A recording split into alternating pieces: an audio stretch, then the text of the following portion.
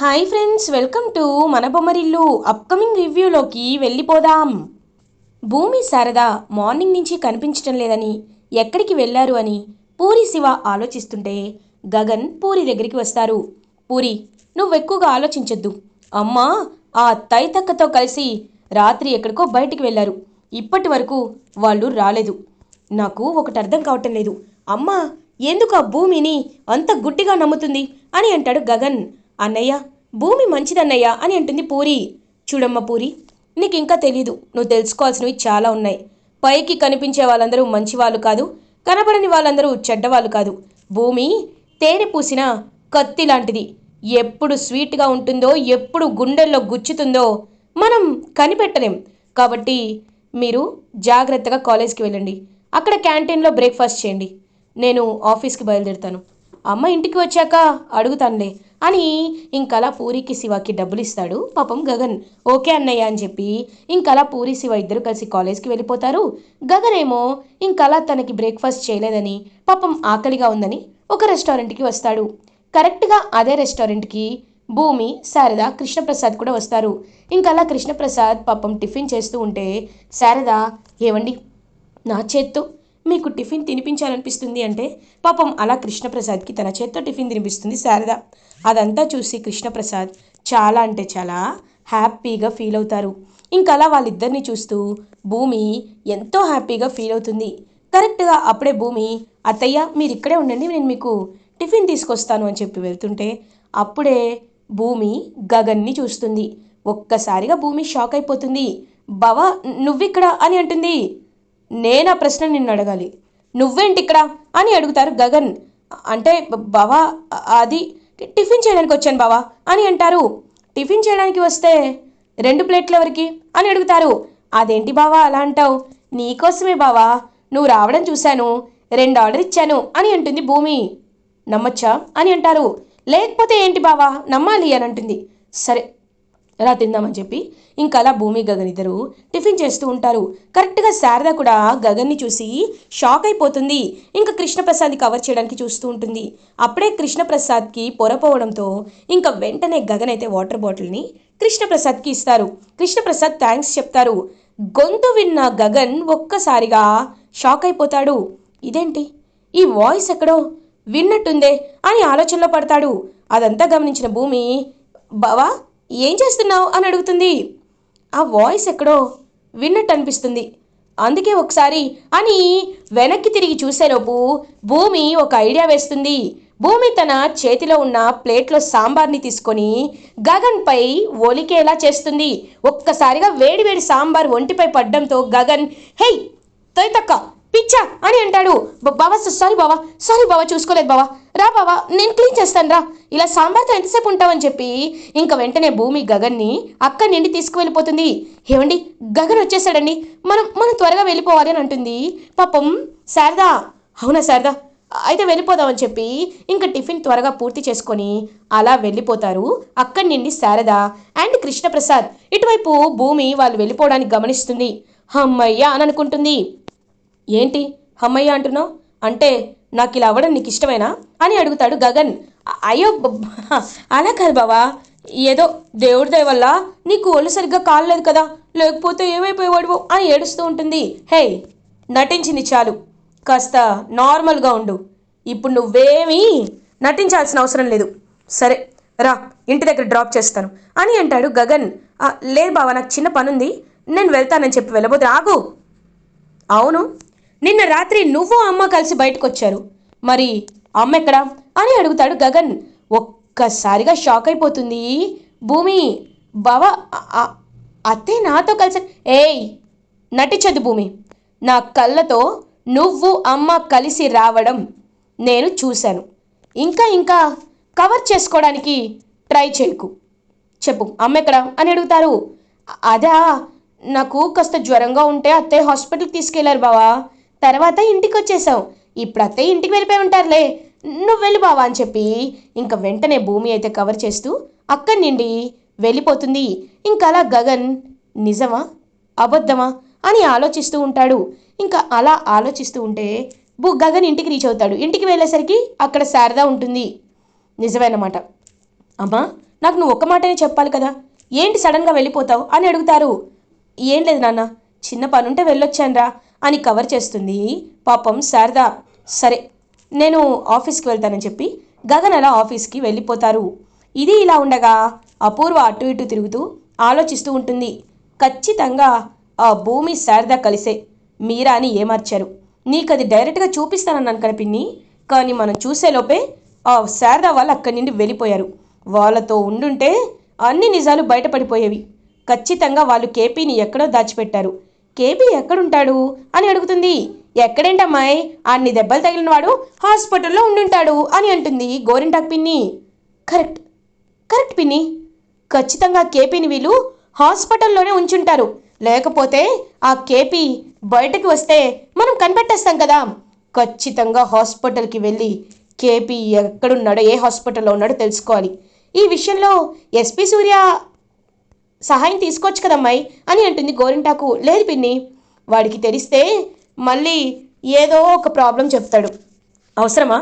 ఎప్పుడైతే అతన్ని వాడాలో అప్పుడే వాడాలి.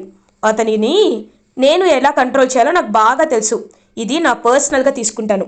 బావకి ఇంకా ఇంకా భూమిపై అసహ్యం కలిగేలా చేస్తాను. వాళ్ళిద్దరికి మధ్యలో గొడవలు పెట్టి భూమి పేరుపై ఉన్న ఆస్తంతా నా పేరుపైకి రాయించుకునేలా పావులు కదుపుతాను పిన్ని అని ఇంకలా ఒకరికి ఫోన్ చేస్తుంది అపూర్వ. హలో, నేను చెప్పేది విను. నాకు మన సిటీ అవుట్స్కట్స్తో కలిపి ఉన్న అన్ని హాస్పిటల్స్ డేటా కావాలి. కృష్ణప్రసాద్ అనే పేరుతో, కొనిదెల కృష్ణప్రసాద్ అనే పేరుతో ఏ పేషెంట్ అయినా అడ్మిట్ అయ్యాడా లేదా అని నాకు తెలియాలి అని చెప్పి ఇంకా అపూర్వ హాస్పిటల్ డేటా అంతా గ్యాదర్ చేస్తూ ఉంటుంది. ఇది ఇలా ఉండగా ఈవినింగ్ అవుతుంది. శారద పాపం అటు ఇటు తిరుగుతూ ఆలోచిస్తూ చాలా డల్గా ఉంటుంది. శారద దగ్గరికి వస్తాడు గగన్. అమ్మా ఏమైంది, అంత డల్గా ఉన్నావేంటి అని అడుగుతారు. ఏం లేదు నాన్న గగన్, ఎందుకో మనసంతా బాలేదురా. మీ నాన్నగారి గురించే చాలా టెన్షన్గా, కంగారుగా, బాధగా అనిపిస్తుంది. ఆయన ఉండుంటే పూరి పెళ్లిలో ఆయనే కన్యాదానం చేసేవాడు కదరా అని కావాలని డౌట్ రాకుండా నటిస్తూ ఉంటారు. అలా ఇంకా శారదా, అమ్మా నువ్వు ఆయన లేడని, కన్యాదానం చేయలేరని ఎందుకు అనుకుంటావు? ఆయన ఒక తండ్రి, తండ్రి తర్వాత అన్నయ్య కూడా చెల్లెలకి కన్యాదానం చేయొచ్చు కదా. అలాంటప్పుడు నేనే కన్యాదానం చేస్తాను పూరికి అని అంటాడు గగన్. అయితే భూమి అక్కడికి వస్తుంది. అంటే ఏంటి బావా, నువ్వు నన్ను భార్యగా ఒప్పుకుంటున్నావు కదా అని అడుగుతుంది. హే జస్ట్ షటప్, నేను భార్యగా ఒప్పుకోవడం ఏంటి అని అంటాడు గగన్. లేకపోతే నువ్వు ఒక్కరికే వెళ్ళి కన్యాదానం చేస్తావా ఏంటి? అది కుదరదు బావా, భార్యాభర్తలు ఇద్దరు కలిసి కన్యాదానం చేయాలి. పూరికి నువ్వు కాలు కడిగితే నేను నీ పక్కనే భార్యగా ఉంటాను కదా అని అంటుంది భూమి. నువ్వు ముందు భార్యవని నిరూపించుకోవాలి కదా, అప్పుడే కదా నేను నిన్ను భార్యగా ఒప్పుకునేది అని అంటాడు గగన్. ఖచ్చితంగా నిరూపించుకుంటాను బావా, ఎందుకంటే నా మెడలో ఉన్న తాళి నిజం కాబట్టి. ఆ విషయాన్ని నువ్వే తెలుసుకుంటావు బావా అని అంటుంది భూమి. ఈ కాకమ్మ కబుర్లని చెప్పొద్దు, నీకింకా ఒక్కరోజు మాత్రమే టైం ఉంది. రేపటికల్లా నువ్వు నిజం చెప్పలేదనుకో, నిజాన్ని నిరూపించలేకపోయావనుకో, ఈ చేత్తో మెడ పట్టుకొని బయటికి గెంటేస్తాను నిన్ను. అమ్మా నేను నీకు ఒక ముఖ్యమైన విషయం నీతో మాట్లాడాలి. నువ్వెలాగో పూరి గురించి ప్రస్తావన తీసుకొచ్చావు కాబట్టి, నాకు తెలిసిన ఒక మంచి అబ్బాయి ఉన్నాడు. అతను చాలా మంచివాడు, మా ఫ్రెండ్ వాళ్ళ తమ్ముడు, మంచి జాబ్ హోల్డర్, అండ్ వాళ్ళ ఫ్యామిలీ కూడా చాలా డీసెంట్. ఆ ఫ్యామిలీకి పూరి వెళ్తే తను చాలా హ్యాపీగా ఉంటుందని నేను అనుకుంటున్నాను. నువ్వు ఓకే అంటే రేపే పెళ్లి చూపులు చూసుకోవడానికి వాళ్ళ ఇంటికి రమ్మని చెప్తాను అని అంటారు గగన్. ఇంకా వెంటనే శారదా పాపం చాలా హ్యాపీగా ఫీల్ అవుతుంది. నాన్న గగన్, ఈ మాట అడగాల్సింది నన్ను కాదురా, పూరిని అని అంటుంది శారదా. అయితే పూరిని అడుగుతాను అని గగన్ వెంటనే పూరి దగ్గరికి వెళ్తాడు. పూరి, హిలారా, నీతో ఒక ఇంపార్టెంట్ విషయం మాట్లాడాలి. ఎలాగో నీకు 6 monthsలో కంప్లీట్ అయిపోతుంది కదా నీ డిగ్రీ, కాబట్టి నువ్వు పెళ్లి చేసుకోవాలి. అమ్మకి నాకు ఉన్న బాధ్యత నీకు పెళ్లి చేయడమే. కాబట్టి నాకు తెలిసిన ఒక మ్యాచ్ ఉంది, అది తీసుకొచ్చి నీకు చూపిద్దాం అనుకుంటున్నాను, ఏమంటావు అని అంటారు. ఒక్కసారిగా శివ అండ్ పూరి ఇద్దరు ఒకరినొకరు చూసుకుంటారు. పూరికి చాలా ఇబ్బందిగా అనిపిస్తుంది. ఏమైందమ్మా, ఏదైనా ప్రాబ్లమా అని అడుగుతారు.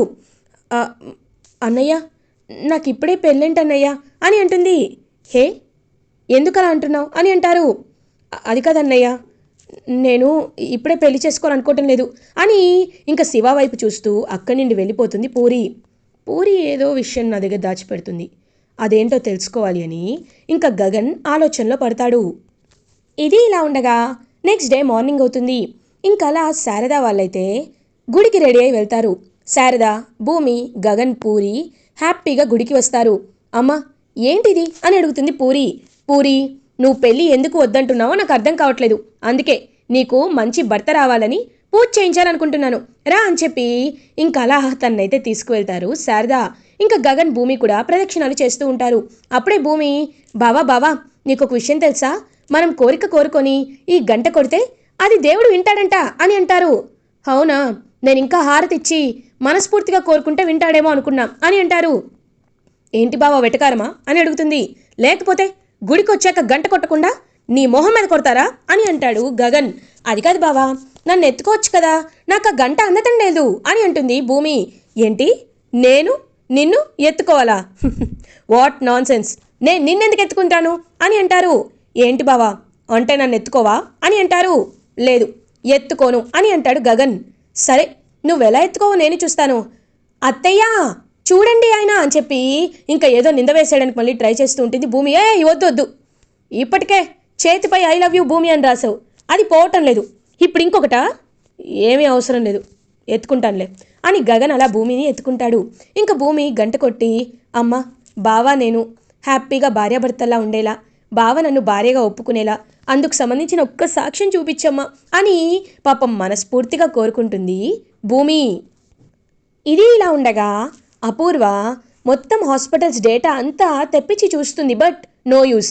కృష్ణప్రసాద్ అనే పేరుతో ఎవ్వరూ అడ్మిట్ అవ్వరు. అంటే కేపీ ఎక్కడైనా ఇంట్లో ట్రీట్మెంట్ తీసుకుంటున్నాడా, లేకపోతే కేపీని కావాలనే చేస్తున్నారా అని ఆలోచిస్తూ ఉంటుంది. ఇంకలా తనైతే ఆలోచించిన వెంటనే ఒక ఐడియా వస్తుంది. అసలైన పేరుతో కేపీని ఎందుకు వాళ్ళు అడ్మిట్ చేస్తారు? ఆ అడవి చుట్టుపక్కల ఏ హాస్పిటల్ దగ్గరగా ఉందో హాస్పిటల్లోనే ఖచ్చితంగా కేపీ ఉండుంటాడు. ఆ చుట్టుపక్కల ఏ హాస్పిటల్ ఉందో ఒకసారి తెలుసుకోవాలంటే ప్రశాంతి హాస్పిటల్ అని తెలుస్తుంది. సో వెంటనే ఆ హాస్పిటల్కి బయలుదేరుతుంది అపూర్వ.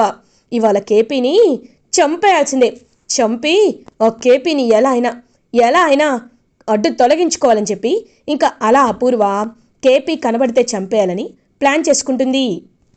ఇది ఇలా ఉండగా భూమి, గగన్, శారద, పూరి అందరూ హ్యాపీగా కూర్చొని మాట్లాడుకుంటూ ఉంటే పూరి, అమ్మ ఇంకా నేను ప్రదక్షిణలు చేయలేను, నేను వెళ్తానని అంటుంది.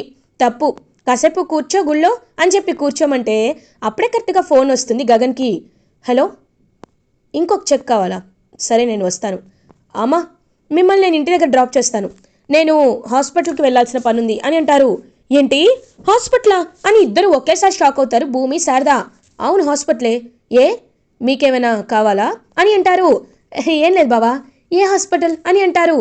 ప్రశాంతి హాస్పిటల్ అని అంటాడు. ఒక్కసారిగా భూమి, శారద షాక్ అయిపోతారు. ఎందుకు బావా అక్కడికి అని అడుగుతుంది.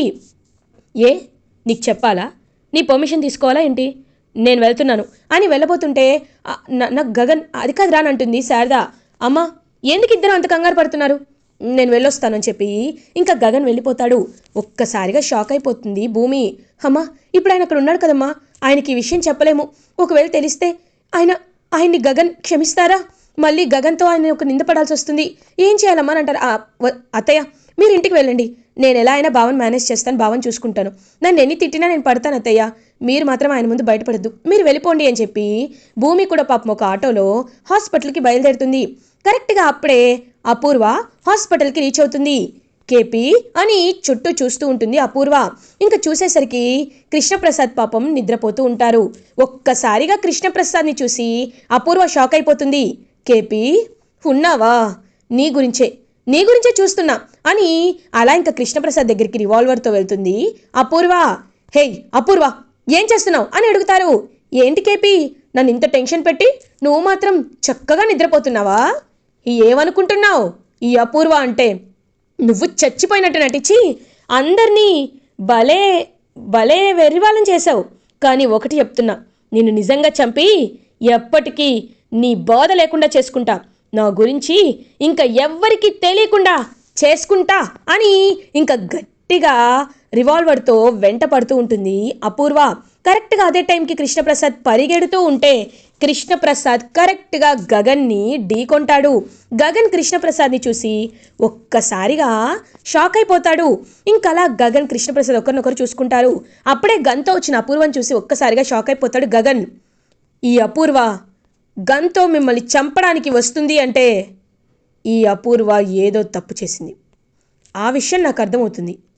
ఎందుకు ఆయన్ని చంపాలనుకుంటున్నావు అపూర్వ అని అపూర్వ చెయ్యి గట్టిగా పట్టుకుంటాడు గగన్. ఇంకా వెంటనే అపూర్వ వీడు నన్ను చంపేయాలనుకుంటున్నాడని, ఏయ్, ఈ గన్తో నువ్వు ఆయన్ని చంపడానికి వచ్చినట్టు సీసీటీవీలో క్లియర్గా రికార్డ్ అయింది.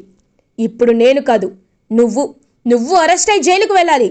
ఇప్పటికైనా ఎస్పీ సూర్యకి నీ గురించి తెలియాలి అని చెప్పి గట్టిగా ఇంకలా గగన్ అయితే పోలీసులకి కాల్ చేస్తాడు. ఎక్కడ తప్పించుకుంటుందో అని ఇంకొక చైర్కి అపూర్వని కట్టేస్తాడు. సీసీటీవీ ఫుటేజ్ని కలెక్ట్ చేసుకుంటాడు. గగన్ అని అంటారు కృష్ణ. ఏయ్, నన్ను మీరు పేరు పెట్టి పిలవద్దు. మీ ప్లేస్లో ఎవరున్నా నేను ఇలాగే సహాయం చేస్తాను అని అలా వెయిట్ చేస్తూ ఉంటాడు గగన్. ఎస్పీ సూర్య వస్తాడు. ఇన్ని రోజులు ఈ అపూర్వ ఎవరిని చంపలేదు, అపూర్వ పరమ పవిత్రురాలు, అపూర్వకి ఏ పాపం తెలియదని నమ్మిన పెద్ద మనిషి ఎస్పీ సూర్య గారు, ఒకసారి ఈ సీసీటీవీ ఫుటేజ్ చూడండి. అపూర్వ కృష్ణప్రసాద్ గారిని ఎలా చంపడానికి వచ్చిందో చూడండి. ఇప్పటికైనా మీ కళ్ళు తెరుచుకుంటే తన్ని అరెస్ట్ చేసి జైల్లో పెట్టండి అని గట్టిగా చెప్తాడు గగన్. ఏంటి అపూర్వ గారు, మీరు ఇంతలా ఎందుకు ఆయన్ని చంపాలనుకున్నారంటే, ఆ రోజున చంపాలనుకున్నాడు కదా అని అంటారు. అది కాదు, ఒక మనిషిని చంపాలనుకోవడం నేరం కాబట్టి మీరు వెళ్ళాల్సిందే అని చెప్పి ఇంకలా బయలుదేరుతారనమాట. ఎస్పీ సూర్య అపూర్వని అరెస్ట్ చేసి తీసుకువెళ్తాడు. ఇటువైపు కృష్ణప్రసాద్ని కూడా తను అపరాధి కాబట్టి, అంటే బ్రతికే ఉన్నాడు, సో అతన్ని కూడా జైలుకి తీసుకువెళ్తారు. మావయ్య కొన్ని రోజులు జైల్లో ఉండడమే కరెక్ట్, కానీ మావయ్యని ఎలా అయినా ఆ వీడియో సాక్ష్యం చూపించి ఖచ్చితంగా చేస్తానని చెప్పి విడిపిస్తానని పాపం అలా ఆలోచనలో పడుతుంది. భూమి విషయం తెలుసుకొని ఇంకా గగన్ కృష్ణప్రసాద్ని అలా కాపాడుకుంటాడు.